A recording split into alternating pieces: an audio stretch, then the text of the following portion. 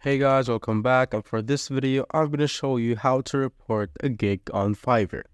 So currently we are on the seller dashboard, and just switch to buying right here on the top right hand corner. And for example, just click on the gig that you want to report, that particular gig that you want to report.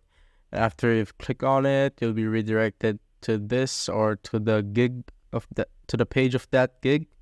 So you'll see this, and on the top right hand corner, you'll see all these options right here, and just click on this three dots and click on report this gig, and you see all these options: non-original content, inappropriate gig, trademark violations, and copyright violations. So just click on what you want to report. So let's say inappropriate gig, and describe the violation or reason for gig removal request. Just type in it there, and the reference URL if applicable. So gigs associated with non-permanent usage as detailed in the user conduct terms. Just click on submit, and just know that all of these have different options to fill out depending on what you pick.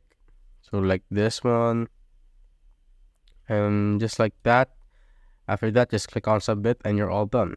If you have found this video helpful, simply leave a like below or subscribe because it helps me reach more people. See you on the next one.